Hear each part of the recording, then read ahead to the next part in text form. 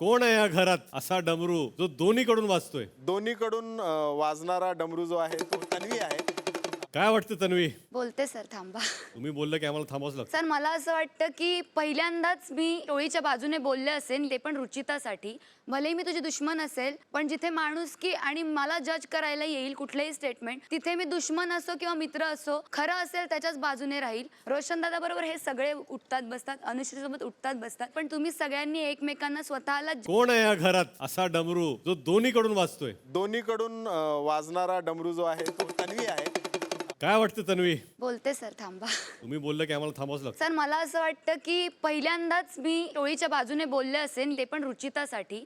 भलेही मी तुझी दुश्मन असेल, पण जिथे माणुसकी आणि मला जज करायला येईल कुठलेही स्टेटमेंट, तिथे मी दुश्मन असो किंवा मित्र असो, खरं असेल त्याच्याच बाजूने राहील. मराठी कला विश्वातील अशाच अपडेट जाणून घेण्यासाठी तुम्ही आमचं चॅनल टेलीचक्कर रिजनला नक्कीच सबस्क्राईब करा.